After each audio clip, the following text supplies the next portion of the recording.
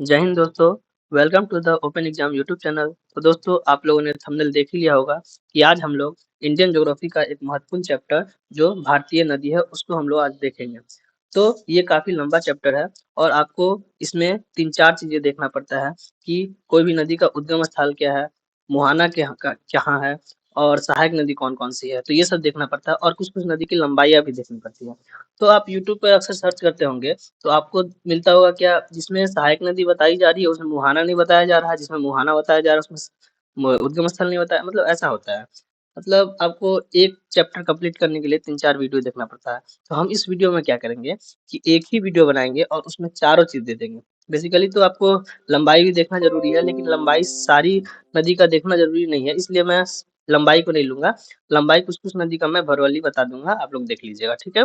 लेकिन आप लेकिन मैं इस वीडियो में वो बाकी सारा कुछ दूंगा, उद्गम स्थल, मुहाना, सहायक नदी, सारा कुछ दूंगा। और वीडियो के अंत में एक मैंने लिस्ट भी दे दिया है जिसमें सारा चीज लिखा हुआ है, एक सीरियल वाइज। तो आप अगर वो लिस्ट देखना चाहते हैं तो डायरेक्ट पीछे जा सकते हैं, लेकिन वो लिस्ट क्या देख के कोई फायदा नहीं है। आप लोगों की बुक में भी होगा, गूगल पे भी मिल जाएगा। तो अगर उससे याद कर लेते तो आपको इस वीडियो देखने की जरूरत ही नहीं पड़ती। अगर याद नहीं हुआ तभी आप इस वीडियो पे आए हैं, और उस लिस्ट को देखकर कभी याद भी नहीं होगा जब तक आप मतलब मैप से नहीं समझिएगा। तो आप लोग इस वीडियो को पूरा देखिएगा, पूरा मैप के थ्रू मैं समझाऊंगा। तो आप लोगों को वो मैप के थ्रू दिमाग में छप जाएगा। उसके बाद उस लिस्ट की जरूरत भी नहीं होगी। वैसे अगर लास्ट में वो लिस्ट देखना चाहते हैं तो स्क्रीनशॉट लेके रख सकते हैं या फिर अपना हैंड रिटन में नोट्स बना सकते हैं, ठीक है। तो चलिए वीडियो को शुरू करते हैं। वीडियो को शुरू करने से पहले दोस्तों, यदि आप हमारे इंस्टाग्राम पेज से जुड़ना चाहते हैं तो पेज का नाम है नॉलेज अड्डा 07। आप यहाँ जुड़ सकते हैं, ठीक है। और जो भी स्टूडेंट इस चैनल पर नए हैं, इस चैनल को सब्सक्राइब कर दीजिएगा और साथ में बेल आइकन को भी प्रेस कर दीजिएगा, जिससे इस चैनल से जुड़ी सारी अपडेट्स आपको मिलती रहेगी। तो चलिए दोस्तों, वीडियो को अब शुरू करते हैं। देखिए, एक सेकंड दोस्तों। भारत की नदियों को पढ़ने के लिए हम लोग भारत की नदी को दो भागों में बांटते हैं, हिमालयन नदी और प्रायद्वीपीय नदी। हिमालयन नदी को हम लोग उत्तर भारत की नदी बोल सकते हैं और प्रायद्वीपीय नदी को दक्षिण भारत की नदी, ठीक है। दक्षिण भारत की नदी हम लोग बोल सकते हैं। उत्तर भारत की नदी में हम लोग तीन जल तंत्र पढ़ेंगे, सिंधु जल तंत्र, गंगा जल तंत्र और ब्रह्मपुत्र जल तंत्र। ये किस लिए बोलते हैं? तो यहाँ पे आप लोग जानते होंगे, कई बार आप लोगों ने नदी पढ़ा होगा तो देखे होंगे कि यहाँ पे सिंधु नदी ऐसे करके जाती है, इसीलिए यहाँ पे इसको हम लोग बोलते हैं सिंधु जल तंत्र। यहाँ पे देखे होंगे कि ऐसे करके गंगा नदी ऐसे निकलती है, तो इसलिए इसको बोलते हैं गंगा जल तंत्र। और यहाँ पे ऐसे अरुणाचल प्रदेश होते हुए ऐसे करके आती है ब्रह्मपुत्र जल तंत्र। ब्रह्मपुत्र नदी आती है इसलिए इसको ब्रह्मपुत्र जल तंत्र कहते हैं। अब ये देखिए, प्रायद्वीपीय नदी को हम लोग दो भागों में बांटते हैं पुनः, ठीक है। पूर्व की ओर बहने वाली, मतलब ये देखिए, ये नॉर्थ है, ये साउथ है, ये ईस्ट है और ये वेस्ट है, मतलब उत्तर दक्षिण पूरब पश्चिम। पूर्व की ओर बहने वाली नदी मतलब जो इधर बहेगी वो नदी, और एक जो पश्चिम की ओर बहेगी वो नदी। इसको बांटने के लिए हम लोग कोई तो बीच में एक लाइन होना चाहिए जिससे समझेंगे कि हाँ, इसके इधर का नदी को हम लोग पूर्व की ओर बहने वाली कहेंगे और इसके इधर की नदी को पश्चिम की ओर। तो ये है। अब ये क्या है, इसको चलिए एक बड़ा मैप में देखते हैं। तो ये सब तो समझ गए। ये सिंधु जल तंत्र है, ये गंगा जल तंत्र है, ये ब्रह्मपुत्र जल तंत्र है, और ये है प्रायद्वीपीय भारत की नदी जो आगे पढ़ेंगे। और प्रायद्वीपीय भारत की नदी को हम लोग दो भागों में बांटे हैं, पूर्व की ओर बहने वाली नदी और पश्चिम की ओर बहने वाली नदी, ठीक है। अब ये देखिए, ये क्या दिख रहा है, ये जो ब्लू वाला लाइन दिख रहा है, ये है अरावली पर्वत। अरावली पर्वत, ठीक है, समझ गए। अब ये देखिए ग्रीन वाला, वैसे ये वास्तविक तौर पे ये दोनों जुड़ा हुआ नहीं है, मतलब अरावली पर्वत और ये जो ग्रीन वाला दिख रहा है, इसका नाम अभी बताते हैं। तो ये वास्तविक में जुड़ा हुआ नहीं है, लेकिन हम आपको समझाने के लिए इसको एक बार जोड़ देते हैं, ठीक है। ये जो ग्रीन वाला दिख रहा है, ये है विंध्याचल पर्वत। विंध्याचल पर्वत, ठीक है। ये जो रेड वाला दिख रहा है, और वास्तव में विंध्याचल पर्वत और नीचे सतपुरा पर्वत, ये दोनों भी जुड़ा हुआ नहीं है, लेकिन हम आपको समझाने के लिए जोड़ रहे हैं। ऐसा मत समझिएगा ये चारों जुड़ा हुआ है। और नीचे जो है ये है पश्चिमी घाट। पश्चिमी घाट, ठीक है। तो ये चारों से मिलकर हमारा, इसको क्या बोलते हैं, भारतीय सॉरी भारतीय महाजल विभाजक। महाजल विभाजक। अगर पूछ दे भारतीय महाजल विभाजक क्या है, तो आपको बताना पड़ेगा अरावली पर्वत, विंध्याचल पर्वत, सतपुड़ा पर्वत और पश्चिमी घाट। इन चारों से मिलकर हमारा भारतीय जल विभाजक, महाजल विभाजक बना है। जो नदी को पूरब की ओर बहने वाली और पश्चिम की ओर बहने वाली नदी को बांटती है। ठीक है, अब ये ध्यान रखिएगा कि जो पश्चिम की ओर नदी बहती है, मतलब जो यहाँ पर जो नदी होगा, जो अभी एरो बना रहे हैं, यहाँ पर जो नदी होगा वो एस्चुरी बनाएगी, एस्चुरी बनाएगी, और जो पूरब की ओर जो बहने वाली नदी होगी वो डेल्टा बनाएगी। इतना बात ये बेसिक चीज है। अभी नदी स्टार्ट नहीं की है, स्टार्ट करेंगे तो सारा चीज समझ में आएगा। एस्चुरी बनाएगी जो पश्चिम की ओर बहने वाली नदी होगी, और जो पूरब की तरफ बहने वाली नदी होगी वो डेल्टा बनाएगी। अब एस्चुरी और डेल्टा ये किसे कहते हैं? तो देखिए, जब नदी अपना जल लेकर सीधे एक बड़ा जल भाग में अपना जल छोड़ देती है, मतलब नदी जो जल लाती है, नदी के जल के साथ मलबा भी आता है, मिट्टी विट्टी, उसको मलबा बोलते हैं। ठीक है, नदी अपने जल के साथ मलबा भी लाती है। तो मलबा का जब मलबा लेके आती है नदी, और क्या करती है नदी अपना जल सीधे एक बड़े जल मार्ग, मतलब सागर समुद्र ये सब में अपना जल विसर्पित कर देती है, बिना किसी मलबा का जमाव किए अपने मुहाने पर, मतलब यहाँ पे कोई मलबा का जमाव नहीं किया है। ठीक है, नदी नहीं किया है, सीधा सागर में गिर जाती है, तो इसे ही एस्चुरी कहते हैं। और यदि जब नदी अपना जल लेते हुए मलबा को लेकर आती है और मुहाने पर जमाव करती है, जैसे यहाँ पे देख रहे हैं, मुहाने पर जमाव कर दी और फिर सागर में मिल गई, तो इसे बोलते हैं डेल्टा। मतलब ये जो मलबा का जमाव की है, इसे ही हम लोग डेल्टा बोलते हैं। ठीक है, और जब मलबा का जमाव नहीं होगा तो फिर एस्चुरी बोलेंगे इसे। ठीक है, समझ गए इतना बात? तो यहाँ पे देख सकते हैं, यहाँ पे देख सकते हैं कि आप यहाँ पे मलबा का जमाव नहीं हुआ है और यहाँ पे मलबा का जमाव हुआ है, इसीलिए इसको एस्चुरी बोलेंगे और इसको डेल्टा बोलेंगे। दोनों में डिफरेंस क्लियर है? ठीक है, तो अब शुरू करते हैं कि भारत की नदी, और भारत की नदी में हम लोग पहले पढ़ेंगे हिमालयन नदी या फिर उत्तर भारत की नदी। और उत्तर भारत की नदी में हम लोग 3 भाग में बांटे थे, सिंधु जल तंत्र, ब्रह्मपुत्र जल तंत्र और गंगा जल तंत्र। पहले देखेंगे हम लोग सिंधु जल तंत्र। ठीक है, अब देखिए, चलिए पेन का कलर चेंज करते हैं, रेड रेड ले लेते हैं। तो पहले सिंधु नदी देखेंगे, क्योंकि सिंधु जल तंत्र पहले तो मेन नदी हुआ इसके लिए सिंधु सिंधु नदी। सिंधु नदी जो है वो तिब्बत में स्थित, ये मान लीजिए ये तिब्बत में स्थित है मानसरोवर झील। क्या है? लिख देते हैं, मानसरोवर झील। एक बात याद रखिएगा, एक चीज और मैं कहना चाहूंगा, चलिए कहीं पे लिखते नहीं बोल देते हैं। देखिए, नदी जहां से निकलती है, नदी जहां से निकलती है, नदी जहां से निकलती है, एक सेकेंड, जहां से निकलेगी, ठीक है, उसे कहेंगे उद्गम। उद्गम, जहां अपना पानी विसर्पित करेगी, जहां पानी विसर्पित करेगी या मिलेगा, जहां पानी विसर्पित करेगी, विसर्पित करेगी उसे बोलेंगे मुहाना। मुहाना, ठीक है। और जो जैसे एक मुख्य नदी है, मान लीजिए मुख्य नदी है, इसमें कई छोटे छोटे नदी आएगी। जैसे मान लो कि ये मुख्य नदी हो गया, इसमें कई छोटे छोटे नदी इधर से आएगी, इधर से आएगी, इधर से आएगी, इधर से आएगी, इधर से आएगी, इधर से आएगी। ये सब जो नदी मिलेगी, तो इस नदी को, ये छोटे वाली नदी को बोलेंगे सहायक नदी। सहायक नदी, ठीक है, इतना बात याद रखिए। ये मुख्य नदी हो गया, और जहां से निकली, ये जहां से निकली है ये, इसे बोलते हैं उद्गम। जहां पे पानी अपना छोड़ देगी लास्ट, उसे बोलेंगे मुहाना। और जो छोटी छोटी नदी इस नदी में आके मिल रहा है, इस छोटी नदी को बोलेंगे इस बड़ी वाली नदी का सहायक नदी। ठीक है, ये छोटी वाली नदी सहायक नदी हो जाएगा बड़ी वाली का। ठीक है, इतना बात ध्यान रखिए। चलिए शुरू करते हैं। तो ये मानसरोवर, तो सिंधु नदी जो है यहीं से निकलती है। सिंधु नदी कहाँ से निकलती है? यहीं से निकलती है। कहाँ से? मानसरोवर। तो इस सिंधु नदी का अगर पूछ दे कि उद्गम स्थल कहाँ है, तो मानसरोवर झील। ठीक है, अब सिंधु नदी कैसे निकलती है?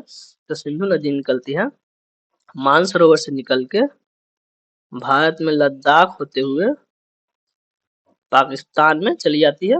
और ये यहाँ पे क्या है? अरब सागर है। क्या है? अरब सागर है। तो अरब सागर में अपना जल विसर्पित कर देती है। तो समझ गए? तो सिंधु नदी का उद्गम स्थल हो गया मानसरोवर झील, और अपना जल कहाँ पे विसर्पित करती है? अरब सागर में। तो ये हो गया मुहाना। अब सिंधु नदी का कुछ मतलब सहायक नदी है, जिसको देख लेते हैं। तो चलिए, सहायक नदी को हम ब्लू से बनाते हैं। तो देखिए, एक पाकिस्तान की तरफ से आती है ये नदी, इस नदी को बोलते हैं काबुल नदी। क्या बोलते हैं? काबुल। ठीक है, याद रखिएगा। पहले हम भारत की नदी को देख लेते हैं, फिर बाद में सिंधु की नदी। बेसिकली इसका भारत में एक मान सकते हैं तो सतलज नदी ही इसका सहायक नदी है भारत में। और नहीं, जास्कर, वैसे जास्कर भी है। वैसे पहले मैं नीचे का नदी देख लेता हूँ। चलिए, तो यहाँ पे देखिए सिंधु नदी हो गया ये। अब यहाँ एक शेषनाग झील से, ठीक है, शेषनाग झील से, यहाँ पे शेषनाग झील है, यहाँ से एक नदी निकलती है। इस नदी का नाम है, एक सेकंड, ये नदी थोड़ा ऊपर जाके कर्व बनाती है। और ये क्यों कर्व बनाती है तो बताते हैं। ये जो कर्व बना, ये झेलम नदी है। ये कौन सा नदी है? झेलम नदी है, शॉर्ट में लिखे हैं झेलम नदी। और ये शेषनाग झील से निकलती है। तो शेषनाग झील हो गया उसका उद्गम स्थल। अब बोलिएगा सर ये तो कहीं पे अपना जल विसर्जित की ही नहीं, तो इसका हम मुहाना क्या मानेंगे? अभी बताते हैं मुहाना क्या मानना होगा। तो ये झेलम नदी हो गया। अब इसके नीचे से चिनाब नदी निकलता है, जो बारालाचा, हिमाचल के बारालाचा से निकलता है। तो चिनाब नदी कहाँ से निकलता है? हिमाचल के बारालाचा से, मतलब इसका उद्गम स्थान हो गया हिमाचल के बारालाचा। और ये ऐसे करके निकलती है और फिर झेलम नदी का जल लेके आगे चली जाती है, ठीक है। तो अब आपको पता चल गया होगा कि झेलम नदी निकलती है शेषनाग झील से, और ये अपना पानी कहाँ विसर्जित कर दे रही है? तो चिनाब नदी में कर दे रही है। क्या है? चिनाब नदी में। तो इसका मुहाना हो गया चिनाब नदी। अब समझ में आ गया, क्योंकि हम बीच में ही छोड़ दिए थे झेलम नदी को, तो आप लोग समझ नहीं पाएंगे। लेकिन अब नीचे से चिनाब नदी निकली और झेलम नदी का पानी लेते हुए आगे चली गई। तो झेलम नदी का मुहाना क्या हो गया? अब ये हो गया चिनाब नदी, ठीक है। अब देखिए चिनाब नदी भी अभी कहीं पे अपना पानी विसर्पित नहीं की है, तो आपको इसमें भी कंफ्यूजन होगा। तो चलिए अब देखते हैं कि नीचे से एक और नदी है, रावी नदी। रावी नदी भी रोहतास दर्रे से निकलता है, और ये क्या करता है? अपना जल लेके, और ये कहाँ मिल जाता है? चिनाब नदी में मिल जाती है, ठीक है। ये कहाँ मिल जाती है? चिनाब नदी में। ये कौन सी नदी है? रावी नदी, चिनाब नदी में। तो रावी नदी रोहतास दर्रे से निकली और अपना जल लेके चिनाब नदी में मिल गई। लेकिन अभी भी देख रहे हैं कि चिनाब नदी का जल कहीं पे मिला नहीं। चलिए, अब व्यास नदी निकलती है रोहतास दर्रे से, ठीक है। देखिए, झेलम नदी निकली शेषनाग झील से, चिनाब नदी निकली बरालाचा दर्रे से, रावी नदी निकली रोहतास दर्रे से। अब एक इसके नीचे व्यास नदी है, वो भी निकलती है रोहतास दर्रे से। और व्यास नदी ऐसा नदी है जो अपना जल पाकिस्तान लेके नहीं जाती है, वो भारत में ही रह जाती है, ठीक है। तो हम भारत में इसको बना दिए। अब इसके नीचे ध्यान दीजिएगा कि अब इसके नीचे होता एक है सबसे बड़ी नदी, सबसे बड़ी नहीं मतलब इन सबसे बड़ी नदी, सतलज नदी, जो कहाँ से निकलती है? मानसरोवर के निकट राकस ताल से निकलती है, ठीक है। मान लीजिए ये राकस ताल है, यहाँ से निकली और क्या किया? ये व्यास नदी का भी जल ले लिया, और फिर चिनाब नदी का भी जल लेके फिर जाके सिंधु नदी में मिल जाती है। अब आपको समझ में आ गया होगा कि ये चिनाब नदी कहाँ से निकली थी? बारालाचा दर्रा से निकली थी, जो कहीं पे मिली नहीं थी। लेकिन अब देखिए, अब ये सतलज नदी में मिल गई है। तो अब आपको क्लियर हो गया कि चिनाब नदी का जो उद्गम स्थल है वो बारालाचा दर्रा है, और मुहाना क्या हो गया? सतलज नदी हो गया, ठीक है। तो अब याद रखिएगा, आपको अब क्लियर हो गया। वैसे सतलज को सतलुज लिखते हैं, ठीक है। इतना क्लियर हो गया। तो ये हो गया हमारा सिंधु जल तंत्र। एक बार मैं फिर से रिपीट कर दे रहा हूँ, देखिएगा। मानसरोवर झील से सिंधु नदी निकली और लद्दाख होते हुए पाकिस्तान चली गई, ठीक है। उसके बाद झेलम नदी शेषनाग झील से निकली, और ये ऊपर थोड़ा कर्व बनाया। हाँ, ऊपर कर्व जो बनाया है वो क्या है देख लेते हैं। तो ऊपर जो कर्व है, तो आप लोग जानते होंगे कि यहाँ पे एक झील है, बुलर झील। तो यही जो कर्व बनाई है, तो यहीं पे जल इकट्ठा हो गया, और इसी को हम लोग बोलते हैं बुलर लेक, ठीक है। तो यहाँ पे बुलर लेक बनती है, ठीक है। इतना याद रखिए, बुलर लेक। चलिए, तो झेलम नदी कहाँ से निकली? शेषनाग झील से निकली, और अपना पानी कहाँ ले गई? चिनाब नदी में छोड़ दी। उसके नीचे चिनाब नदी जो बारालाचा दर्रा से निकली और अपना जल लेकर आगे जाके सिंधु नदी जो नीचे से आ रही थी उसमें छोड़ दी। रावी नदी रोहतास दर्रे से निकली और अपना जल चिनाब नदी में छोड़ दी। देखिए कहाँ पे छोड़ रही है वो सब भी ध्यान रखिएगा, ठीक है। ऐसा नहीं कि रावी नदी को सतलज में जल अपना गिरवा दिया, ऐसा नहीं होना चाहिए। रावी नदी अपना जल लेकर चिनाब नदी में गई, ठीक है। और फिर नीचे है व्यास नदी। ये कौन सी नदी है? व्यास नदी है। एक सेकंड लिख देता हूँ, व्यास नदी। वो अपना जल लेकर, व्यास नदी भारत में ही रहती है, वो अपना जल लेकर सतलज नदी में छोड़ गई। और सतलज नदी जो मानसरोवर झील से, सॉरी, मानसरोवर के निकट राकस ताल झील से निकल कर आ रही थी, वो क्या की? व्यास नदी का जल, और फिर आगे जाके चिनाब नदी का जल लेकर सिंधु नदी में मिल गई, ठीक है। ये सिंधु नदी है, याद रखिए, ठीक है।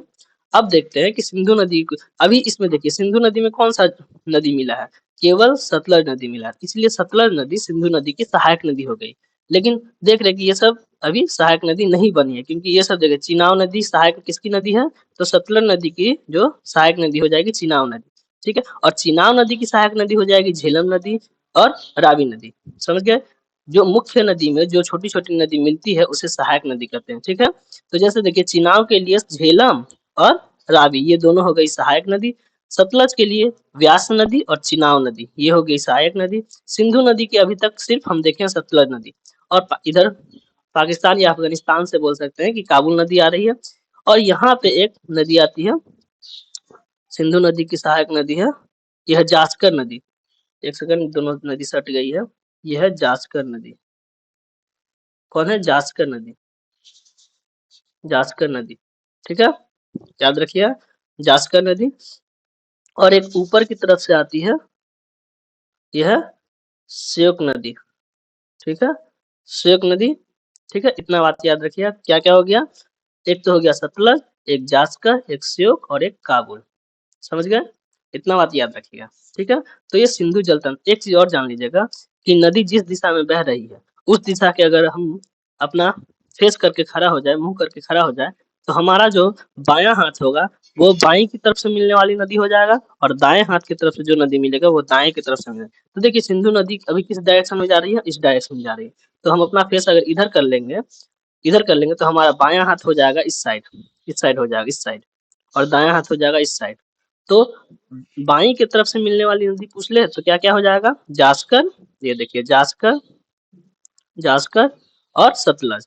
और दाएं की तरफ से मिलने वाली नदी पूछ ले तो काबुल और श्योक। ये भी पूछ देता है कि सिंधु नदी की बाएं की ओर से मिलने वाली नदी कौन कौन सी सहायक नदी है, तो जास्कर, देखिए बाएं की तरफ से कौन सा मिल रहा है, जास्कर और सतलज।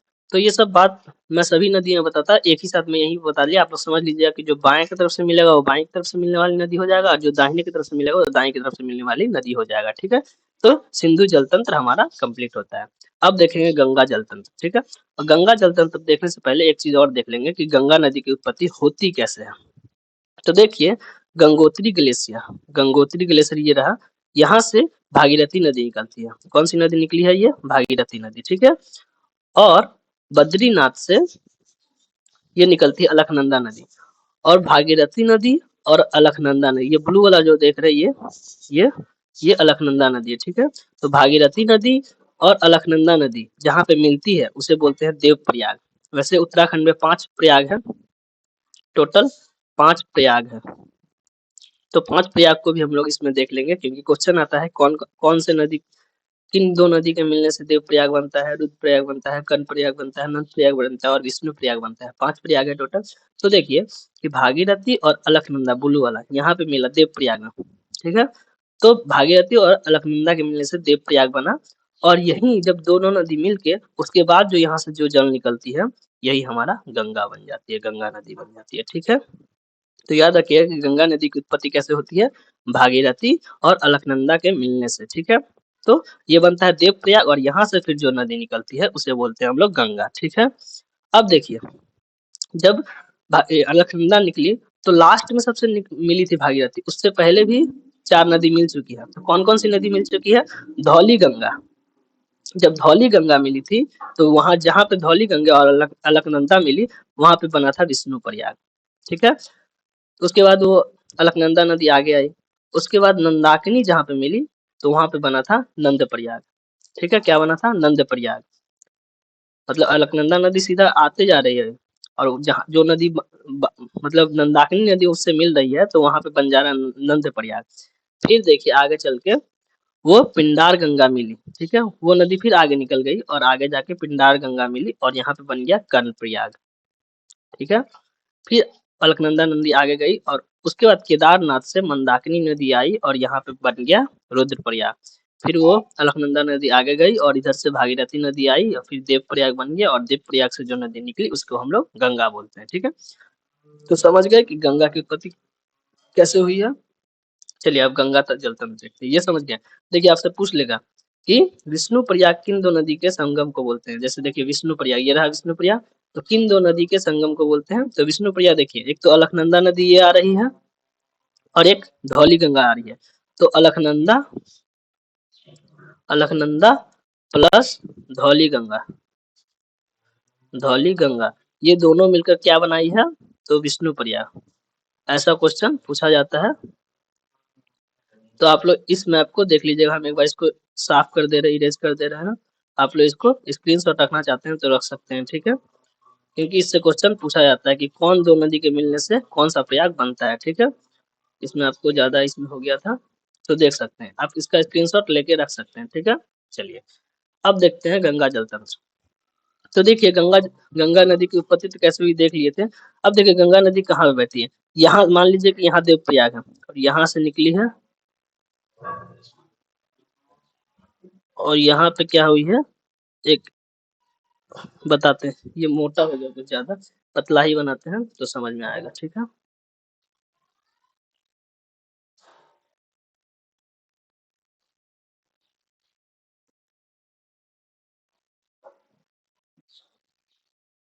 देखिए गंगा नदी यहाँ से निकली है, ठीक है, इसको मानते हैं देवप्रयाग में मिली थी भागीरथी और अलकनंदा, और यहाँ से फिर गंगा नदी निकली है, ठीक है। वैसे गौमुख बोला जाता है, ठीक है, गौमुख से गंगा नदी निकली। और उत्तर प्रदेश, बिहार, झारखंड के रास्ते होते हुए पश्चिम बंगाल में फरक्का के पास, पश्चिम बंगाल में फरक्का के पास, याद रखिए फरक्का के पास नदी, गंगा नदी जो है दो भागों में बढ़ जाती है, एक चली जाती है कोलकाता की तरफ और एक चली जाती है बांग्लादेश की तरफ। तो जो कोलकाता की तरफ जाती है, जो कोलकाता की तरफ गई है, इसी को हम लोग बोलते हैं हुगली नदी। क्या बोलते हैं? हुगली नदी। क्या बोलते हैं? हुगली नदी। जो हुगली नदी के किनारे ही कोलकाता शहर स्थित है। तो जो कोलकाता की तरफ चली गई उसको बोलते हैं हुगली नदी, और जो बांग्लादेश की तरफ चली गई वो गंगा रह गया, नहीं गंगा नहीं रह गया। इसको फिर देखिए, पहले भागीरथी और अलकनंदा से मिलकर गंगा नदी बनी थी, और जब फरक्का के पास से अलग होती है, दो भागों में बंटती है, तो जो कोलकाता की तरफ चली जाती है उसे बोलते हैं हुगली नदी, और जो बांग्लादेश की तरफ चली जाती है उसे पुनः भारत में भागीरथी के नाम से जानते हैं। भागीरथी के नाम से जानते हैं, हम लिखेंगे नहीं क्योंकि हमको ऊपर नदी बनाना है। आप लोग याद रखिएगा भागीरथी, पुनः भागीरथी। यहाँ भागीरथी अलकनंदा से मिलकर बनी थी, और लास्ट में जब फरक्का के पास अलग हुआ तो भारत में फिर इसे भागीरथी के नाम से ही जाना जाता है, ठीक है। और जो फरक्का के पास से कोलकाता की तरफ चली गई उसको हम लोग हुगली के नाम से जानते हैं, ठीक है। इतना बात क्लियर। अब आगे देखेंगे कि इसका नाम क्या क्या होता है। वैसे हम इसको और आगे बढ़ा देते हैं क्योंकि ये बंगाल की खाड़ी है यहाँ पे, ठीक है। अब देखेंगे इसकी सहायक नदी देखेंगे। तो देखिए इसकी सहायक नदी में मुख्यतः रामगंगा। देखिए नदी का जो मार्ग होता है उसको मैं प्रॉपर बना नहीं सकता, ठीक है, क्योंकि इसीलिए मैं प्लेन मैप लिया हूँ ताकि आप लोग को लगे कि मतलब नदी कैसे, मतलब ये तो उत्तर प्रदेश में जाती नहीं है, कैसे चली गई, ऐसा कुछ ना लगे, इसलिए प्लेन मैप लिया हूँ। आप लोग समझिएगा क्योंकि बेसिकली आपको जानना है मुहाना, उद्गम स्थल और सहायक नदी किसकी है, ये इसलिए मैं प्लेन मैप लिया हूँ, ठीक है। तो देखिए रामगंगा नदी है, कौन सी नदी है? रामगंगा। ये जो रेड वाला बनाया हूँ वो गंगा नदी है, और इसकी सहायक नदी है जो उत्तराखंड से निकलती है, रामगंगा नदी, ठीक है, रामगंगा नदी। इसके बाद है गोमती नदी। कौन सी है? गोमती नदी, ठीक है। इसके बाद है घग्गर नदी। कौन सी है? घग्गर नदी। इसके बाद है गंडक नदी। इसके बाद है कोसी नदी। देखिए कोसी नदी अपना जल ज्यादा विसर्जित करती है, इसीलिए इसे बिहार का शोक नदी बोला जाता है, कोसी नदी को। ये हो गया रामगंगा, रामगंगा। ये हो गया गोमती, गोमती। ये हो गया गोमती के बाद ये कौन सा है बताइए? तो ये हो गया घग्गर। ये हो गया घग्गर के बाद हो गया गंडक, गंडक के बाद हो गया ये कोसी, और कोसी के बाद हो जाएगा महानंदा, ठीक है, महानंदा, ठीक है, महानंदा। तो याद रखिएगा ऐसे। देखिए कोसी अपना जल को ज्यादा विसर्जित करती है, इसी कारण बिहार में इससे बाढ़ आ जाता है, और इसे बिहार का शोक स्थल भी कहा जाता है, सॉरी बिहार की शोक नदी भी कहा जाता है, ठीक है। तो देखिए अब ये सब जो सहायक नदी है, अब आप लोग बताइए कि ये बाई की ओर से आने वाली नदी, मतलब गंगा के लिए बाई की तरफ से मिलने वाली सहायक नदी है या दाहिनी की तरफ से मिलने वाली है? तो देखिए गंगा अभी इस दिशा में जा रही है, इस दिशा में जा रही है, इस दिशा की ओर फेस करेंगे तो हमारा जो बायां हाथ होगा इधर होगा, ठीक है। तो इसलिए ये सब जो अभी सहायक नदी है वो बाई की तरफ से मिलने वाली नदी है। तो एग्जाम हॉल में पूछ लेता है कि दाई की तरफ से मिलने वाली मुख्य सहायक नदी बताए जो गंगा की है। तो जब दाई की तरफ से पूछ ले तब ये सब आंसर अगर रहे भी तो हम लोग को टिक नहीं करना है, ठीक है। ये हो गया महानंदा। तो उसमें कौन कौन सा है तो देखिए, गंगोत्री ग्लेशियर से गंगोत्री ग्लेशियर से गंगोत्री ग्लेशियर से ऐसे यमुना आके मिलती है, ठीक है। गंगोत्री ग्लेशियर से यमुना ऐसे आके गंगा में मिल जाती है। तो बेसिकली देख लीजिए कि गंगा नदी गोमुख से निकली और कहाँ जाके मिल रही है, बंगाल की। ये है बंगाल की खाड़ी, बंगाल की खाड़ी, ठीक है।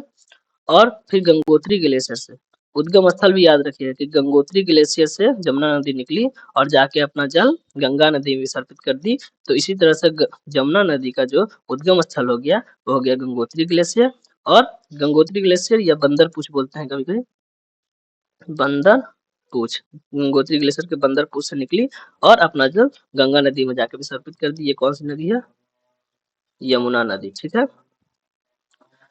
अब याद रखिएगा कि यमुना नदी की भी कुछ सहायक नदी है और एक और नदी है जो अमरकंटक। यहाँ मान लीजिए मध्य प्रदेश की अमरकंटक है, यहाँ से एक नदी निकलती है और जाके यहाँ मिल जाती है गंगा नदी में अमरकंटक से। और ये कौन सी नदी है तो ये है सोन नदी।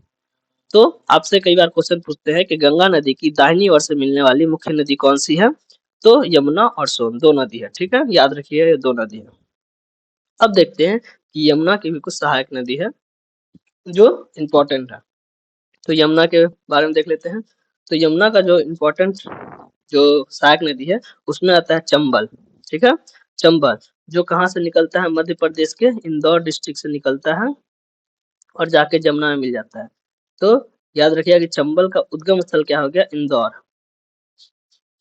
इंदौर डिस्ट्रिक्ट से निकलता है। इंदौर में जना पांव बोल के एक जगह है, जना पांव, जना पांव बोल के जगह, वहां से निकल के जमुना नदी में मिल जाती है। ये कौन सी नदी है, चंबल, ठीक है। चंबल के बाद सिंध, सिंधु नहीं, सिंधु ऊपर में बता दिए यहाँ पे, यहाँ हो गया सिंध। सिंध नदी भोपाल से निकलती है, कहाँ से निकलती है, मध्य प्रदेश के भोपाल से निकलती है सिंध। ये क्या हो गया, सिंध, ठीक है, भोपाल से निकलती है। याद रखिए ज्यादा लिखेंगे तो आप लोगों को फिर कंफ्यूजन हो जाएगा। सिंध। फिर यहाँ पे है बेतवा, कौन सी नदी है, यहाँ है बेतवा नदी, ठीक है, जो विंध्याचल पर्वत से निकलती है, बेतवा नदी, विंध्याचल पर्वत श्रेणी से निकलती है बेतवा नदी, बेतवा शॉर्ट में लिखेंगे। फिर यहाँ पे है एक, ये भी विंध्याचल पर्वत श्रेणी से निकलती है, केन। ये बेतवा ये केन, ठीक है। तो जमुना नदी की चार सहायक नदी होगी, चंबल सिंध बेतवा केन, चंबल सिंध बेतवा केन, चंबल सिंध बेतवा केन। तो ये हो गया जमुना नदी का चार सहायक नदी, इसको भी आप लोग याद रखिएगा। और गंगा नदी की दाहिनी ओर से आके मिलने वाली सहायक नदी तो यमुना, देखिए यमुना ऐसे मिल रहा है। और फिर सोन, सोन कहाँ से निकला है, अमरकंटक से, सोन कहाँ से निकला है, अमरकंटक से, ठीक है। अब देखिए ये फरक्का के पास से गंगा नदी दो भागों में बट गया, एक चला गया बांग्लादेश की तरफ और एक चला गया कोलकाता की तरफ। जो कोलकाता की तरफ आई है उसे हम लोग हुगली के नाम से जानते हैं और कोलकाता शहर इसी हुगली नदी के किनारे बसा हुआ है। अब हुगली, ये हुगली मतलब जो हुगली नदी बनी उसमें छोटा नागपुर के पठार जो झारखंड में स्थित है, वहां से एक नदी आती है जिसको बोलते हैं दामोदर नदी, और वो जाके हुगली नदी में मिल जाती है। तो हुगली नदी की सहायक नदी कौन हो गई, दामोदर। हुगली नदी की सहायक नदी कौन हो गई, दामोदर। इतना बात याद रखिएगा, ठीक है। ऐसा मत बोल दीजिए कि ये जो दामोदर नदी है वो गंगा नदी की सहायक नदी, गंगा नदी की सहायक नदी दामोदर नहीं है। दामोदर जो है हुगली नदी की सहायक, क्योंकि ये हुगली में जाके मिली है, क्योंकि इसका नाम फरक्का के पास से चेंज हो गया था। अब ये गंगा नहीं रही, ये हुगली नदी हो गई, ठीक है। तो ध्यान रखिएगा। अब जो वो फरक्का के पास से बांग्लादेश की तरफ गई उसमें कुछ भाग देखिए, इतना भाग यहाँ से लेके यहाँ भाग ये अभी भारत में ही है। तो इस इतना भाग को हम लोग क्या नाम से जानते हैं, तो इसको जानते हैं भागीरथी के नाम से, पुनः भागीरथी के नाम से जानते हैं। और जब ये बांग्लादेश में प्रवेश की तब इसको हम लोग, ये बांग्लादेश में जब प्रवेश कर गए तब इसको पद्मा के नाम से जानते हैं। क्या नाम से जानते हैं, पद्मा के नाम से जानते हैं, ठीक है। इतना बात समझ गए। अब देखिए अब तो हमको स्लाइड चेंज करना होगा क्योंकि इसमें एक बार इसको मैं रिवीजन फिर से करवा दे रहा हूँ कि कैसे कैसे हुआ, ठीक है। आप लोग देखते गए ध्यान से क्योंकि इसमें इतना लिख दिए आप लोगों को समझ में नहीं आएगा, एक बार फिर से सुन लीजिए। गंगा नदी गौमुख से निकली और अपना जल लेकर उत्तर प्रदेश, बिहार और झारखंड, पश्चिम बंगाल से होते हुए अपना जल बंगाल की खाड़ी में विसर्जित की। लेकिन पश्चिम बंगाल में फरक्का के पास गंगा नदी दो भागों में बट गई, जो एक चली गई बांग्लादेश की तरफ और एक चली गई कोलकाता की तरफ। जो कोलकाता की तरफ गई उसे हम हुगली के नाम से जानते हैं, और जो बांग्लादेश की तरफ गई जिसमें भारत में जितना भाग है उसको हम पुनः भागीरथी के नाम से जानते हैं, और उसके बाद जब बांग्लादेश में प्रवेश कर गई तब हम उसको पद्मा के नाम से जानते हैं। अब गंगा नदी की बाईं ओर से मिलने वाली कुछ प्रमुख सहायक नदी, जिसमें रामगंगा आती है, गोमती, इसे इसी सीरीज में याद रखें, ऐसा नहीं कि पहले गोमती बोल दिया फिर रामगंगा, नहीं, पहले रामगंगा, फिर गोमती, फिर घाघर, फिर गंडक, फिर कोसी, फिर महानंदा, ठीक है। यह महानंदा है, महानदी नहीं है। महानदी छत्तीसगढ़ से निकलेगी और उड़ीसा उड़ीसा के रास्ते होते हुए बंगाल की खाड़ी में गिरेगी। ये महानंदा है, ठीक है, महानदी नहीं है, ध्यान रखिएगा, महानंदा। उसके बाद दाहिनी ओर से मिलने वाली नदी में जो प्रमुख नदी यमुना है, जो जो यमुनोत्री के बंदरपुर से निकलकर गंगा नदी में मिलती है, और एक अमरकंटक से निकलकर, जो अमरकंटक है मध्य प्रदेश और छत्तीसगढ़ के बॉर्डर पे है, अमरकंटक से निकलकर सोन नदी फिर गंगा नदी में मिलती है। तो ठीक है, तो समझ गए, गंगा नदी की दाहिनी ओर से मिलने वाली प्रमुख सहायक नदी हो गया यमुना और सोन। ये सब नदी चंबल, सिंध, बेतवा, केन, ये सब गंगा नदी की सहायक नदी है। ये सब सिंधु नदी, सॉरी, यमुना नदी की सहायक नदी। आप लोग देख रहे होंगे कि अपना जल यमुना में विसर्जित कर रही है, इसलिए यमुना नदी की हुई है, गंगा नदी की नहीं हुई, ठीक है। चलिए अब देखते हैं यमुना नदी की सहायक नदी है, जिसमें चंबल आती है जो इंदौर डिस्ट्रिक्ट से निकल के अपना जल यमुना में विसर्जित करती है। फिर सिंधु नहीं, सिंध नदी, जो भोपाल डिस्ट्रिक्ट से निकल के अपना जल यमुना नदी में विसर्जित करती है। फिर बेतवा जो विंध्याचल पर्वत श्रेणी से निकलकर अपना जल यमुना नदी में विसर्जित करती है। फिर केन जो विंध्याचल पर्वत श्रेणी से निकलकर अपना जल यमुना नदी में विसर्जित करती है। इस तरह ये चारों नदी जो हो गया यमुना नदी की सहायक नदी हो गई, ठीक है। अब देखिए, ये जो फरक्का के पास से हुगली नदी निकली थी, गंगा गंगा का भाग जो है, तो उसमें एक छोटा नागपुर के पठार से दामोदर नदी निकला और जाके हुगली नदी में मिल गई, तो दामोदर नदी हुगली नदी का सहायक नदी हो गया, ठीक है। चलिए अब नेक्स्ट देखते हैं ब्रह्मपुत्र जल तंत्र। अब क्या देखेंगे, ब्रह्मपुत्र जल तंत्र, ठीक है। तो देखिए ब्रह्मपुत्र नदी, एक सेकंड, ब्रह्मपुत्र नदी जो है वो भी कहाँ से निकलती है, तिब्बत के मानसरोवर झील से, तिब्बत के मानसरोवर झील से, जहाँ से सिंधु नदी निकली थी और सतलज नदी राजस्थान से निकली थी, उसी के आसपास से, तो वहीं से ब्रह्मपुत्र नदी भी निकलती है। और ब्रह्मपुत्र नदी ऐसे होते हुए ठीक ऐसे निकलती है, ठीक है। तो ध्यान रखिएगा आप, ये हो गया ब्रह्मपुत्र नदी। ब्रह्मपुत्र नदी को चाइना में क्या किस नाम से जानते हैं, सांगपो के नाम से जाना जाता है, ठीक है, सांगपो के नाम से आता है। और ये अरुणाचल प्रदेश में जब प्रवेश करती है, तो इसे जब अरुणाचल प्रदेश में प्रवेश कर जाती है तब इसे हम लोग किस नाम से जानते हैं, ब्रह्मपुत्र नदी को दिहांग, दिहांग। ये दिहांग शब्द याद रखिएगा, क्योंकि आगे एक नदी आएगा उसका जो ऐसा नाम है वो आप कंफ्यूजन में डाल देगा, इसीलिए हम इसको अलग से लिख दी है। अरुणाचल प्रदेश में ब्रह्मपुत्र नदी को दिहांग नाम से जानते हैं, किस नाम से जानते हैं, दिहांग नाम से, ठीक है, दिहांग नाम से। अब देखिए, अब ध्यान रखिएगा, तो चाइना में क्या किस नाम से जानते हैं ब्रह्मपुत्र नदी को, सांगपो। और जब अरुणाचल प्रदेश में प्रवेश कर जाती है तब इसे हम दिहांग नाम से जानते हैं, ठीक है।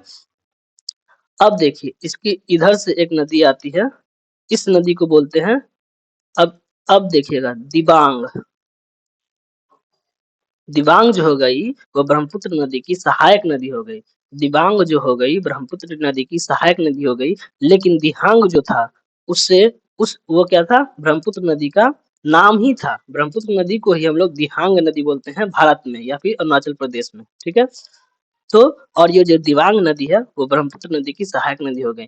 और उसी के नीचे एक और है जिसको बोलते हैं लोहित, इस नदी का नाम है लोहित, ठीक है, याद रखिएगा, ये सब नदी इंपॉर्टेंट नदी है।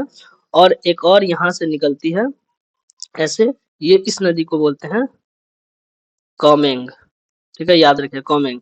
और ऊपर से भी मुख्य सहायक नदी आती है ब्रह्मपुत्र की, जिसमें से याद रखिएगा कि यहाँ यहाँ पर है सुवनश्री, क्या है इसका नाम, हम यहाँ लिख देते हैं सुबनश्री, सुबनश्री, ठीक है। एक आती है भूटान की ओर से, ये है मानस, क्या है, मानस, भूटान की ओर से आती है मानस। एक आती है सिक्किम की तरफ से, और ये हो गया तिस्ता, कौन सी हो गई, तिस्ता, ठीक है। इतना बात याद रखिएगा। फिर से मैं इतना रिपीट कर रहा हूँ, इसको ध्यान में रखिएगा क्योंकि ये इंपॉर्टेंट है, आप लोग भूल सकते हैं, क्योंकि आज तक भूलते हुए आए हैं, इसीलिए आपको इस वीडियो देखने की जरूरत पड़ी है, इसलिए मैं ध्यान से बोल रहा हूँ, एक बार फिर से देख लीजिएगा। देखिए, ब्रह्मपुत्र मानसरोवर झील से निकली और ये तिब्बत चाइना से होते हुए अरुणाचल प्रदेश में प्रवेश की और फिर बांग्लादेश में प्रवेश की, ठीक है। तो देखिए, जब ये चीन में था तो इसका नाम था सांगपो। जब ये अरुणाचल प्रदेश में प्रवेश किया तो ब्रह्मपुत्र का नाम हो गया दिहांग, ठीक है, दिहांग, ठीक है। इसी को हम लोग ब्रह्मपुत्र नदी भी बोलते हैं, लेकिन दिहांग भी बोलते हैं अरुणाचल प्रदेश में, ठीक है। अब देखिए, अभी नदी किस तरफ जा रही है, मान लीजिए इसका डायरेक्शन ये है, तो बायां की तरफ ये हो गया, तो बाएं की तरफ से आके मिली है कौन कौन सी नदी, दिबांग, लोहित और कामेंग। और ये बाई की तरफ से हो गई, ठीक है, बाई की तरफ से। और दाहिनी की तरफ से कौन कौन सी नदी आके मिली है, सुबनश्री, जिसका नाम मैंने यहाँ लिख दिया है, सुबनश्री, मानस और तिस्ता, ये तीन नदी दाहिनी की तरफ से आके मिली है, तो ये हो गई दाई की ओर से मिलने वाली सहायक नदी, ठीक है। इतना बात याद रखिएगा। अब देखिए, ये ब्रह्मपुत्र नदी इंडिया में भी है। अब यहाँ से देखिए, यहाँ से ब्रह्मपुत्र नदी क्या हो गया, बांग्लादेश में चला गया, और इधर से गंगा नदी आई थी, यहाँ पे एक चली गई थी हुगली की तरफ और एक आई थी बांग्लादेश की तरफ, ठीक है, और ये ऐसे चली गई थी, ठीक है। तो देखिए, बांग्लादेश की तरफ और एक ऐसे चली गई थी, ये हो गया हुगली नदी, और ये हो गया गंगा नदी की, जो जिसको भागीरथी के नाम से जानते थे हम लोग भारत में। और फिर ये आई थी तो इसका नाम हो गया था पद्मा, जो गंगा नदी की जो पार्ट थी जो बांग्लादेश में गई उसे पद्मा बोलते थे, और इसको हम लोग बोलेंगे जमुना, क्या बोलेंगे, ब्रह्मपुत्र का जो पार्ट है जो बांग्लादेश से चली गई उसको हम लोग बोलेंगे जमुना। इधर से आई गंगा नदी की पद्मा और ये आई जमुना, ठीक है। और एक नदी आती है यहाँ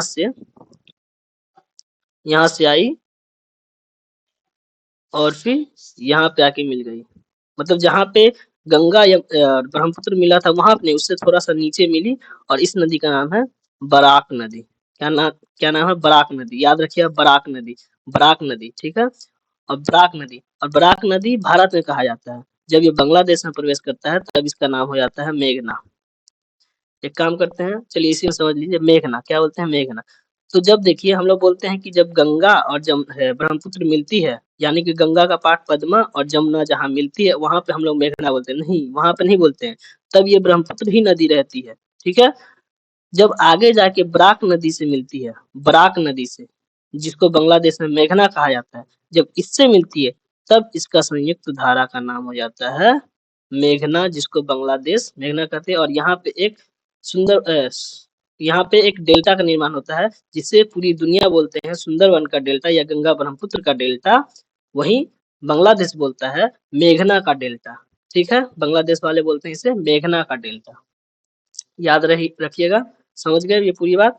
एक काम करता हूँ, इसको मैं सारा इरेज करके एक बार अच्छा से इसको डायग्राम बनाता हूँ, ठीक है, क्योंकि इसमें ज्यादा ही नदी था और छोटा जगह था, तो आप लोगों को कंफ्यूजन हो जाएगा। मैं एक बार इसको अच्छा से बनाता हूँ, एक बार फिर से आप लोग देख लीजिएगा, ठीक है।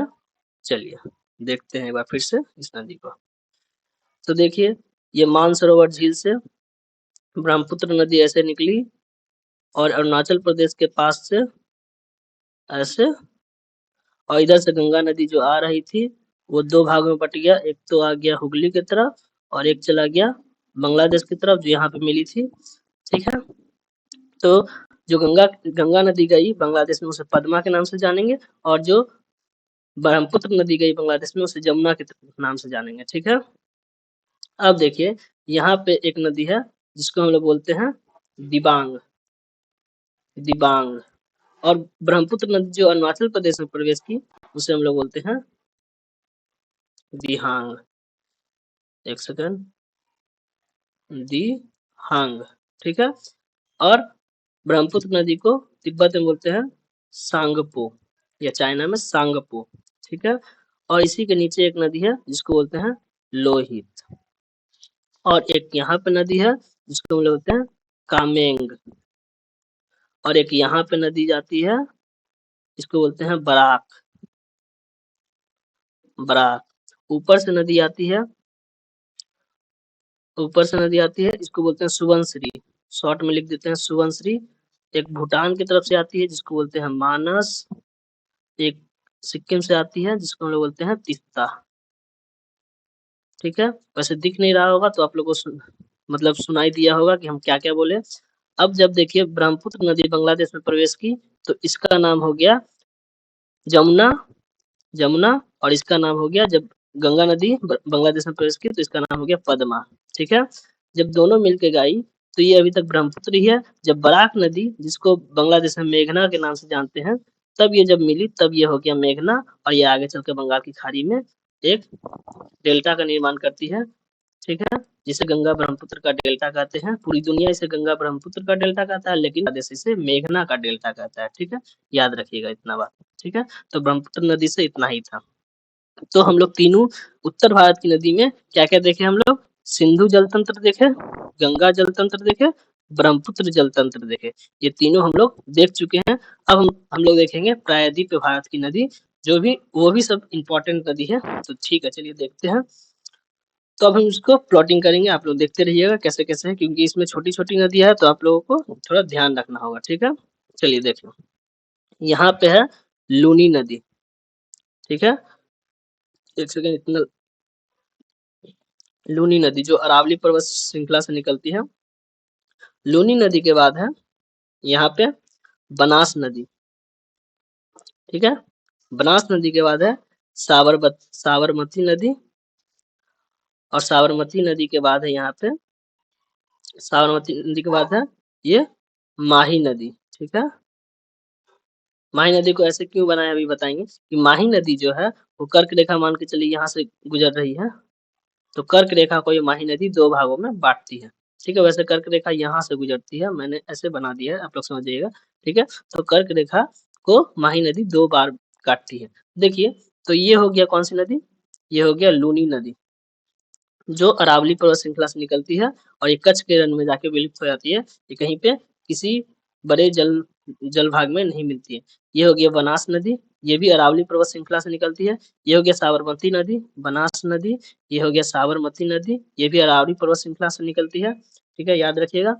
और ये हो गया माही नदी, जो मध्य प्रदेश के धार डिस्ट्रिक्ट से निकलती है, और ये कर्क रेखा को दो बार काटती हुई खंबात की खाई में जाके गिरती है। साबरमती नदी भी कहाँ गिरती है, ये क्या है, ये जो दिख रहा है ये खंबात की खाड़ी है। यहाँ से अरब सागर स्टार्ट हो जाता है। ठीक है, ये सब अरब सागर, ये लेकिन यहाँ पे खंबात की खाड़ी है। तो साबरमती नदी और माही नदी, ये हो गया माही नदी, ये कहाँ जाके गिरती है, खंबात की खाड़ी में। तो इतना बात याद रखिएगा। ठीक है, याद रखिएगा। अब देखते हैं कुछ मतलब पूरब की ओर बहने वाली नदी। ये तो हो गया यहाँ पे, अभी पश्चिम की ओर भी बहने वाली नदी देखेंगे, लेकिन पूरब की ओर पहले देख लेते हैं। चलिए देखिए, पूरब की ओर, वैसे यहाँ पे हुगली नदी से दामोदर नदी को मिला दिए थे हम लोग, वहां तक हो गया था। उसके बाद हम देखेंगे कि यहाँ पे है स्वर्ण स्वर्ण रेखा। क्या है, स्वर्ण रेखा, हम यहाँ लिखते जा रहे हैं स्वर्ण रेखा। और स्वर्ण रेखा में कहा जाता है कि इसमें सोने की पार्टिकल मिलता है, इसलिए इसको स्वर्ण रेखा के नाम से जानते हैं। ठीक है, उसके बाद इसके नीचे है बेतरनी, मैं यहाँ लिखते जा रहा हूँ नाम, बेतरनी, बेतरनी। इसके बाद इसके नीचे है ब्राह्मणी। क्या है, ब्राह्मणी। उसके नीचे है महानदी, और महानदी छत्तीसगढ़ से निकल के उड़ीसा के रास्ते होके ये आती है। ठीक है, ये हो गया महानदी, याद रखिएगा महानदी। ठीक है, और महानदी का दो सहायक भी नदी याद रख लीजिएगा, एक जोंक है और एक तेल है। ये हो गया तेल, ये हो गया जोंक। ठीक है, ये सब का कुछ कुछ इंपॉर्टेंट है, इसलिए मैं बता देता हूँ। ठीक है, ये हो गया महानदी। अब महानदी के बाद नीचे आती है दाया नदी। कौन सी नदी, दाया नदी। ये हम देखिए, ये सब नदी सभी मतलब नहीं पढ़ाते हैं, सभी लोग नहीं पढ़ाते हैं, क्योंकि ये सब उतना इम्पोर्टेंट नहीं है, ठीक है। लेकिन इसलिए इम्पोर्टेंट हो जाता है क्योंकि एग्जाम हॉल में आपको दे देगा कि ये सब नदी का नाम दे दिया और बोल देगा कि उत्तर से दक्षिण की तरफ इसको सजाइए। तब आप लोग क्या कीजिएगा, तब तो आप लोग फंस जाइएगा। इसीलिए मैं लिख देता हूँ। वैसे मुख्य नदी ज्यादातर देखिएगा कि टीचर यही पढ़ाएंगे कि महानदी हो गया, उसके बाद गोदावरी हो गया, कृष्णा हो गया, कावेरी हो गया, ये 4 नदी पढ़ा देते हैं प्रायद्वीपीय में, बस बात खत्म। लेकिन मैं छोटी-छोटी नदी इसलिए बता रहा हूँ कि कभी-कभी एग्जामिनर पूछ देते हैं कि उत्तर से दक्षिण की तरफ सजाइए। तब आपको अगर ये 4 ही नदी याद रहेगा, ये छोटी-छोटी नदी याद नहीं रहेगा, तो आप लोग उसको नहीं सजा पाइएगा। तो हम लिख दे रहे हैं यहाँ पे, नदी बना रहे हैं और लाइन से लिखते जा रहे हैं, ठीक है। ये हो गया दाया नदी, ठीक है। अब दाया नदी के बाद नीचे हो जाती है ऋषिकुल्य नदी, ठीक है। ऋषिकुल्य, ऋषिकुल्य नदी, ऋषिकुल्य नदी, ठीक है। अब इसके नीचे आती है गोदावरी नदी, जो नासिक से निकलती है, महाराष्ट्र के नासिक से निकलती है। ये सब नदी का मुहाना याद करने की जरूरत नहीं है, जिसका इसका जरूरत है वो मैं बताते जा रहा हूँ। नासिक से निकलती है और बंगाल, ये बंगाल की खाड़ी है, ठीक है। वैसे तो देखिए, ये हो गया स्वर्ण रेखा, ये हो गया बैतरणी, ये ब्राह्मणी, ये महानदी, ये दाया, ये ऋषिकुल्य, ये हो गया गोदावरी, जो नासिक से निकलती है, ठीक है। महाराष्ट्र के नासिक से निकलती है और अपना जल बंगाल की खाड़ी में विसर्जित कर देती है। ये हो गया गोदावरी, गोदावरी, ठीक है। अब गोदावरी का कुछ सहायक नदी है, उसको याद करना इम्पोर्टेंट है, क्योंकि ये इम्पोर्टेंट नदी है। तो देखिए, गोदावरी की सहायक नदी में एक ऐसे आती है पेनगंगा, इधर से आई वेनगंगा, इधर से आई वर्धा, और ये तीनों जहां मिल गया उसके बाद जो निकली उसे बोलते हैं प्राणहिता। ये हो गया पेनगंगा, वेनगंगा, वर्धा, और ये तीनों मिलकर हो गया प्राणहिता, ठीक है।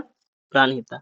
यहाँ पे है इंद्रावती, इसकी सहायक नदी है इंद्रावती, याद रखिए इंपॉर्टेंट है ये सब। इंद्रावती। अब नीचे की तरफ से जाती है और मिलती है मंजीरा, मंजीरा, और यहाँ पे है एक किन्नार सानी, ठीक है। किन्नार सानी, यहाँ लिख देता हूँ किन्नार सानी, याद रखिएगा, ठीक है। किन्नार सानी। अब देखते हैं इसके नीचे जो है वो कृष्णा नदी है, और कृष्णा नदी कहाँ से निकलती है, महाबली महाबली महाबलेश्वर से, ठीक है। महाबलेश्वर से निकलती है कृष्णा नदी, ऐसे निकली, और ये गोदावरी और कृष्णा, ये दोनों संयुक्त डेल्टा बनाती है, ठीक है। गोदावरी और कृष्णा संयुक्त डेल्टा बनाती है, और कृष्णा, ये कृष्णा नदी है, और कृष्णा नदी का भी कुछ सहायक नदी है, उसको याद रखिएगा। तो कृष्णा नदी की जो सहायक नदी है उसमें प्रमुख है भीमा, भीमा, भीमा के बाद हो जाएगा कोयना, कोयना। देखिए लिखावट अगर समझ में नहीं आ रही हो तो आप लोग सुनते रहिएगा। कोयना, तुंगभद्रा नीचे से आती है, तुंगभद्रा, तुंगभद्रा, और फिर यहाँ पे है एक मूसी, क्या है, मूसी, और मूसी नदी के किनारे ही हैदराबाद बसा हुआ है, ठीक है, याद रखिएगा। तो कृष्णा हो गया, कृष्णा नदी का जो सहायक नदी हो गया भीमा, कोयना, मूसी और तुंगभद्रा, ठीक है। अब कृष्णा नदी के नीचे देखेंगे तो एक छोटी सी नदी है, ये कौन सी नदी है, पेनेरू, पेनेरू नदी, ठीक है। उसके नीचे देखेंगे तब आता है कावेरी नदी, यहाँ पे अब लिख रहा हूँ, ठीक है, कावेरी नदी, ठीक है, याद रखिए कावेरी नदी। और ये कहाँ से निकलती है, ब्रह्मगिरी पर्वत से, ठीक है, ब्रह्मगिरी पर्वत से निकलती है और बंगाल की खाड़ी में जाके मिल जाती है। और कावेरी नदी की कुछ महत्वपूर्ण सहायक नदी है, जिसमें से याद रखिएगा, मैं यहाँ लिख देता हूँ हेमवती, अर्कावती, अरावती, ठीक है, और सिस्मा, सिस्मा, ठीक है, इतना याद रखिएगा। ये हो गया कावेरी नदी। अब कावेरी नदी के नीचे है वो हो जाएगा वेंगई नदी, ये भारत की सबसे दक्षिणतम नदी है वेंगई नदी, यहाँ पे लिख देता हूँ फिर से वेंगई नदी, ठीक है, याद रखिएगा। तो उत्तर से दक्षिण की तरफ सजाने के बोला जाए तो स्वर्ण रेखा, बैतरणी, ब्राह्मणी, महानदी, दाया, ऋषिकुल्य, गोदावरी, कृष्णा, पेन्नेरू, कावेरी, वेंगई। ठीक है, इसमें से हम किस किस के बारे में आपको सहायक नदी बताए हैं? तो महानदी के बारे में बताए हैं, गोदावरी के बारे में बताएं, कृष्णा के बारे में बताएं, कावेरी के बारे में बताएं। आपको ज्यादातर वीडियो में यही 4 नदी के बारे में पढ़ाया जाएगा, ये सब नदी छोड़ दिया जाता है क्योंकि छोटी छोटी नदी है, छोड़ दिया जाता है, लेकिन क्वेश्चन यहाँ से भी बन जाता है। समझ गए? तो समझ, इधर जितना भी नदी गिर रहा है ये बंगाल की खाड़ी में गिर रही है, बंगाल की खाड़ी में गिर रही है, और इधर जितना नदी गिरेगा वो अरब सागर में गिरेगा। तो देख लिए, मैं एक बार फिर से रिपीट कर देता हूँ क्योंकि आप लोगों को क्लास में भी याद हो जाए, क्लास में ही याद हो जाए। ठीक है, देखिए, लूनी नदी जो अरावली पर्वत श्रृंखला से निकली और अपना जो पानी है वो कच्छ के रण में विलुप्त हो गई। फिर बनास नदी, ये भी अरावली पर्वत श्रृंखला से निकली। साबरमती नदी जो ये भी अरावली पर्वत श्रृंखला से निकली और अपना पानी खंभात की खाड़ी में गिराई। माही नदी जो एमपी के धार डिस्ट्रिक्ट से निकली और कर्क रेखा को 2 बार काटती हुई खंभात की खाड़ी में गिर गई। अब हम इधर का नदी नहीं देखे हैं अभी, डायरेक्ट हम आ गए पूर्व की ओर बहने वाली नदी। पूर्व की ओर बहने वाली नदी में स्वर्ण रेखा, बैतरणी, ब्राह्मणी, महानदी। महानदी जो छत्तीसगढ़, जिसका जिसका इंपॉर्टेंट होगा उसका मैं बोल दूंगा। महानदी जो छत्तीसगढ़ छत्तीसगढ़ से निकलते हुए उड़ीसा के रास्ते हुए बंगाल की खाड़ी में गई, और महानदी का 2 सहायक नदी है, तेल और जोंक। उसके बाद दाया और फिर ऋषिकुल। ऋषिकुल के बाद गोदावरी नदी है जो महाराष्ट्र के नासिक डिस्ट्रिक्ट से निकली और बंगाल की खाड़ी में गिर गई। गोदावरी नदी की कुछ प्रमुख सहायक नदी है जिसमें पेनगंगा, वेनगंगा और वर्धा, इन तीनों की संगम से जब नदी निकली तो उसे बोलते हैं प्राणहिता। तो गोदावरी नदी का जो सहायक नदी हो गया प्राणहिता हो गया। वैसे पेनगंगा, वेनगंगा, वर्धा को भी गोदावरी नदी की सहायक नदी बोली जाती है। ठीक है, इंद्रावती नीचे से आया, मंजीरा और किन्नार सानी, इसका नाम मैंने यहाँ लिख दिया, किन्नार सानी। उसके बाद नीचे है कृष्णा नदी। कृष्णा नदी कहाँ से निकली? महाबलेश्वर से निकली और अपना जल बंगाल की खाड़ी में विसर्जित कर दी। कृष्णा नदी की कुछ प्रमुख सहायक नदी है जिसमें भीमा, कोयना, मूसी और तुंगभद्रा। इसी मूसी नदी के किनारे हैदराबाद बसा हुआ है। ठीक है, उसके नीचे आ गए तो पेन्नेरू, और पेन्नेरू के नीचे आ गए तो ये हो गया कावेरी नदी। कावेरी नदी जो है वो कहाँ से निकली है? वो ब्रह्मगिरी पहाड़ पर्वत से निकली है और अपना पानी बंगाल की खाड़ी में विसर्जित किया। कावेरी नदी की कुछ प्रमुख सहायक नदी है जिसमें है हेमवती, अर्कावती, अरावती और सिस्मा। ठीक है, और उसके नीचे फिर है वेंगई। ये दक्षिण की भारत की सबसे दक्षिणतम नदी है। ठीक है, 2 बातें नोट करके लिख लीजिएगा। ठीक है, मैं यहाँ लिख देता हूँ, दक्षिण की गंगा, दक्षिण की गंगा। एक होता है दक्षिण भारत की गंगा। इन दोनों आंसर का जो ये दोनों क्वेश्चन का आंसर अलग होता है। दक्षिण की गंगा तब गोदावरी, दक्षिण भारत की गंगा तब कावेरी। इससे बहुत सारे स्टूडेंट कंफ्यूज हो जाते हैं, मैंने इसीलिए इसको लिख दिया, आप लोग भी लिख लीजिएगा। जब भारत लगा दे, दक्षिण भारत लगा दे तब कावेरी, सिर्फ दक्षिण की गंगा पूछे तो गोदावरी, इसको लिख लीजिएगा। ठीक है, तो ये हो गया। अब कुछ रह जाती है पश्चिम की ओर बहने वाली नदी, जिसमें कुछ कुछ ही है, ज्यादा नहीं है, तो देख लेते हैं।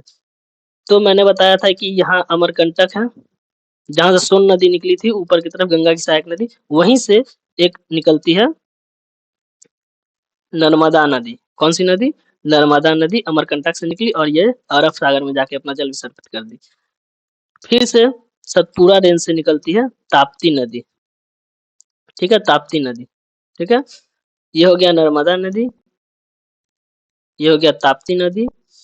फिर यहाँ गोवा में 2 नदी है, मांडवी नदी और एक है जुआरी नदी। मांडवी नदी, जुआरी नदी। फिर से कर्नाटक में है शरावती नदी। कर्नाटक में है शरावती नदी। फिर केरल में 3 नदी है, भरतपुषा, भरतपुषा, पेरियार और एक है पाम्बा। ठीक है, याद रखिए, मैं सभी नदी का नाम लिख देता हूँ, नर्मदा, ताप्ती, मांजरी, जुआरी, जुआरी, शरावती, उसके बाद भरतपुषा, भरतपुषा, उसके बाद पेरियार, उसके बाद पाम्बा। तो ये नदी हो जाती है जो पश्चिम की ओर बहने वाली नदी है। तो देखिए, इसमें मंजरी जुआरी ये हो गया गोवा में, साबरमती हो गया कर्नाटक में, और ये 3 नदी हो गया केरल में। ठीक है, तो याद रखिएगा। जिसमें से आपको नर्मदा नदी का पूछा जाएगा उद्गम स्थल, तो अमरकंटक ताप्ती नदी का हो जाएगा ये सतपुरा की पहाड़, सतपुरा रेंज से। ठीक है, तो इतना ही बात याद रखना है। नर्मदा नदी का कुछ आप सहायक नदी याद रख सकते हैं, तो इसमें हो जाता है तवा, शेर, बंजर। ये 3 सहायक नदी याद रख लीजिएगा जो नर्मदा नदी की है। ठीक है, लाइन नहीं देंगे वरना आप नदी समझ लीजिएगा। ये नर्मदा नदी की है। ठीक है, और ये उत्तर से दक्षिण की तरफ सजाने बोला जाए कि पश्चिम की नदी को तो भी सजा सकते हैं, और इससे पहले हम बता दिए थे कि पूरब की ओर बहने वाली नदी का भी उत्तर से दक्षिण की ओर। समझ गए? तो ये हमारा भारत की नदी वाला चैप्टर खत्म हो गया। अब जिसको इसका स्क्रीनशॉट लेना है तो ले सकते हैं। सिंधु नदी कहाँ से निकलती है, मैंने सभी बात पढ़ा दिया है। देखिए सिंधु नदी कहाँ से निकलती है, मानसरोवर झील से। तो वही चीज को लिख दिए हैं कि सिंधु नदी मानसरोवर झील से निकलती है, अरब सागर में गिरती है, सहायक नदी ये है। चिनाब नदी का ही बड़ा लाचा दरा से निकलती है, सतलज नदी में जाके मिल जाती है, झेलम और रावी ये सहायक नदी।